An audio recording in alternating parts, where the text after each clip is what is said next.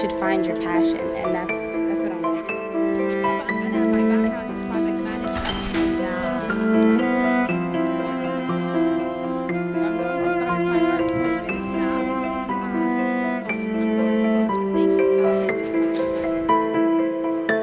Stop, ask me, I want to engage with you.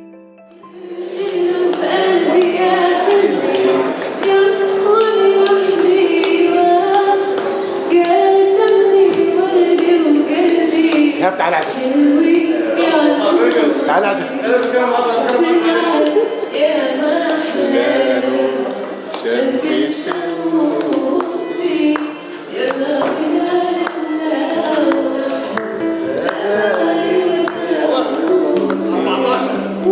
حلو تمام.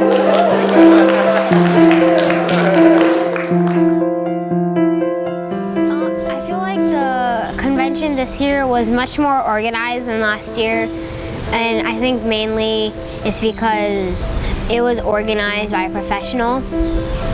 And there were a lot more events, but I feel like there should be a lot more participation from the audience, and maybe like a longer stretch of time, not just 2 days, maybe like 3 or 4 days.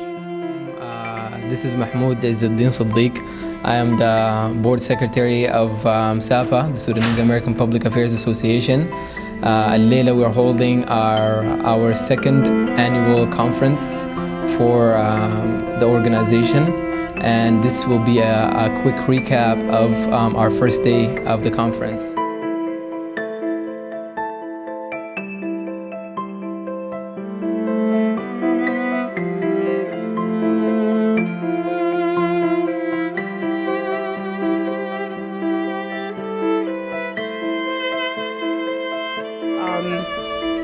Think about the sessions that you heard today. Which one kind of stuck with you? Maybe there was a conversation that we all talked about, or there was a topic. Which one just stuck with you? You were like reflecting on it, you were thinking about it. Let's go to you over there. When we were talking about the controversial stuff like problems in the school system, I think that the one counselor, he didn't like think about how we were thinking. He was thinking about how the parents were. And he doesn't understand that we wouldn't do that, and that the parents should trust us to make our own decisions and trust that we have our own boundaries, like that we're smart enough to do this. We're really educated. To tell the teenage this is haram. If you don't tell the teenage this is haram when he was a child, you cannot tell him this is haram when he's 14 and 15. So even smart people can make mistakes, and if someone makes a mistake, you can't just blame them saying, oh, you should have stayed away from them. No, the parents should have been telling them to stay away from them. You have awesome new experiences, and this is a picture from one of the reports that I did. I had dinner في حاجة اسمها the Blind Cafe. So the Blind Cafe is what it sounds like. بتخش تتعشى في مطعم في الظلام، ظلام يعني كده ما بتقدري تشوفي يدك.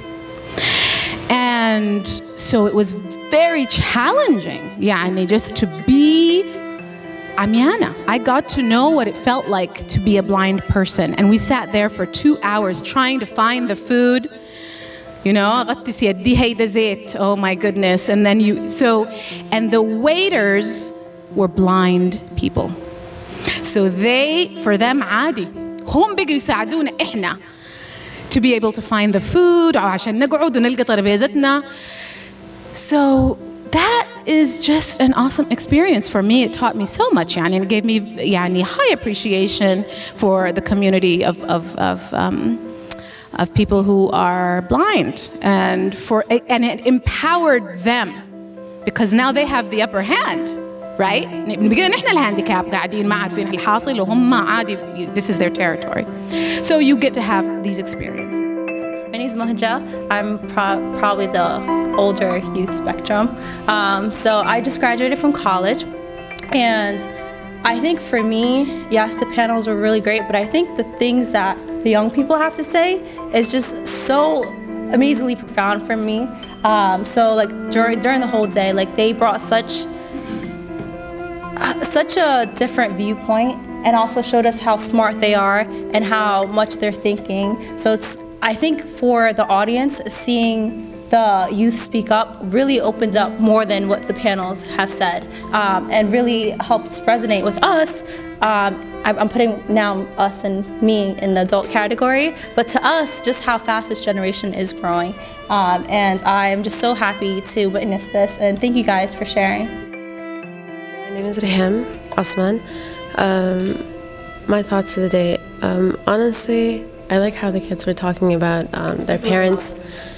Yeah, their parents need to actually be engaged more in their lives, not in a more punishing way, or like just like how like our parents act, like you know, that you're this is your responsibility, this is you're doing this, you're doing this. Instead, we actually do need to help them out and actually understand what's their, like, you know, what they're going through, and actually explain it to them, because they can easily get, like, you know, lost between it, and they can actually be kind of more pushed away from the parent even if you try to talk to them. So having our parents, like Sudanese parents or Arab parents, actually engaged in our life, but in a more simple and humble way, you know, without that crucial punishment they give us, would be very helpful. You know, even for the younger youth that's coming up right now, and the drugs and mashakil that's going on, we really need to be close to, you know, our generation, like the younger generation, always helping them. Even like the older generation needs to kind of be engaged in their lives, you know, and giving them advice and helping them out. And that's pretty much right. Thank you. I'm going to ask you a question, if you don't mind. Mm-hmm. So the older youth are not great mentors for their youngers. They're the ones that have actually lost their way. They've started to go and hang out with the wrong people. They've started to disobey their parents. They've started to go and do those drugs and have girlfriends and walk away and get with gangs.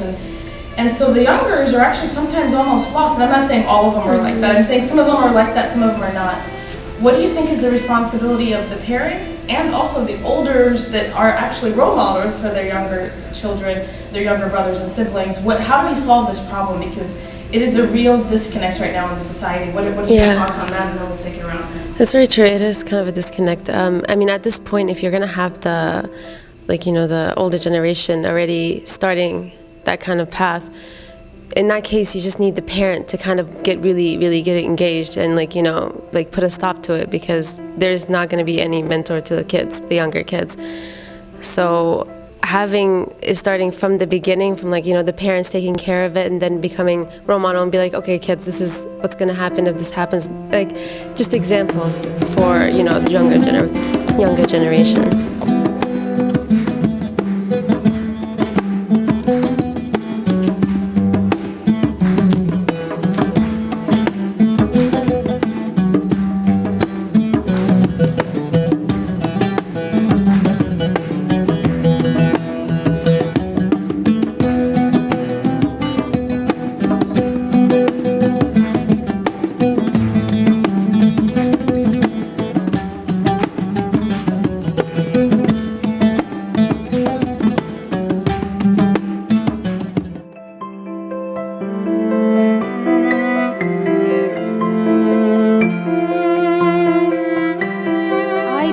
Believe in dreams alone. Why do I say that? I want everybody here to dream. I want you guys to have things you want to achieve. It's important. But if you only have a dream, and I have a lot of Sudanese people that come and they talk to me and they say to Sudanese Americans, they say, Samara, I have this dream, I really want to open a business. Or Samara, I have this dream, I really want to become an executive. Those are amazing dreams. But I believe your dreams should translate into strategy and goals. It is so critical that you have built a way to get there. You can't have dreams. You have to have long-term goals, right? Think about the difference in that. And the other thing is they have to be written down, that you actually have to write it down. And I know a lot of people say this to you, and a lot of us hear this a lot, but we don't actually do it. So tomorrow, what I'd like to take you guys through is this session where I want you to come in with an idea of what your dreams are, and then write those things down, and we'll make them into an actionable plan. Assalamu alaikum.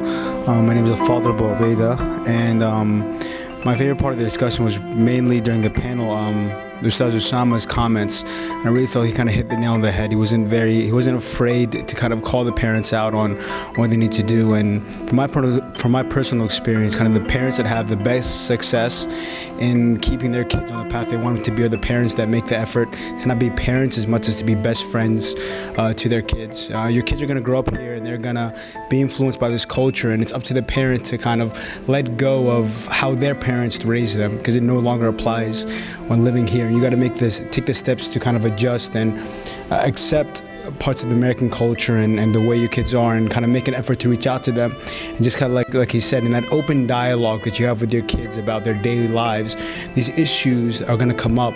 And when they come up in that nature, in a friendly nature, it's going to give you an opportunity to give them advice that can make a difference later on, and depending how they handle the situation when they're faced with it in their personal lives. And the open dialogue is definitely the most important component in parenting. So for me, I think, I really love the discussions around parents. I'm celebrating my 10-year anniversary, very embarrassed, soon, so from high school. So I'm not dealing with the parents thing anymore. But the one thing that impacts me the most was when they talked about gender roles. For me, I identify with that a lot. I feel like the panel spoke a lot about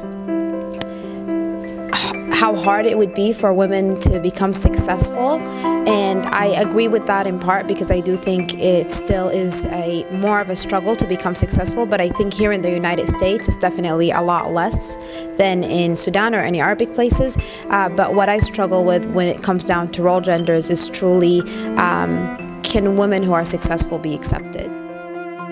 I really like the networking aspect of SAPAA because I think it's really important that we have like a foundation where Sudanese people, just not the youth, everyone can come together and have a little support group, because I know in every state there's a lot of like Sudanese people and they have their little organization, but it's never a time like where we all meet together in one place and connect with one another. And also just having like SAPAA and a foundation is really good, because I know in different communities, such as like a Jewish community, if like they're looking for a job, they'll go to like a Jewish community center and they will help them find a job. And I know it's like really hard when you don't have connections to find a job. We were talking about this yesterday because my brother's a petroleum engineer. He just graduated from Penn State. And it's really hard to find a job because you have to do internships, but most of the time they're asking for like 2 years experience, and you need to know someone in that field in order to get a job. So if we had something like SAPAA and having just like this foundation where other people know, like maybe people in Qatar that like are in the petroleum engineer field or any field that you choose, I think that would be really resourceful for the Sudanese community. And also they were talking about like the little legacy fund, so helping each other out, because I know times are hard, and just supporting the youth and education, I think it's really important. So I really enjoyed SAPAA, and I hope others come out next year. My name is Reem, and my thought of today was I liked everything, but I noticed everything was just success. Like, nobody said that if you're successful doesn't mean you're happy. I'd rather be happy than successful, and they never tied any of that together. Like, that's what I noticed. Yeah, like success doesn't always equal happiness. Is that yeah, like you could be successful and a millionaire, have everything you want, but still not be happy. And you could be a homeless person and still be happy. And I'd rather be happy than be successful.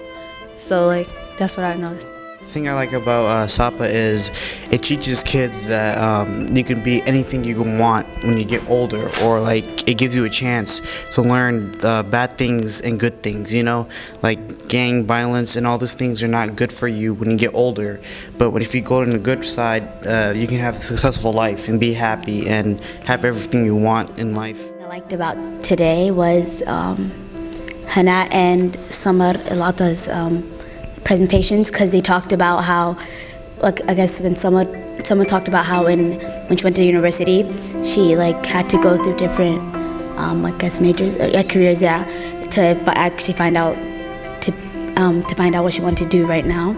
And I was scared about because I still don't know what I want to do when I go to college, and so I was scared that I'd have to go through a lot of different things. But when I found out that she did that, I guess it makes me feel, not so bad then.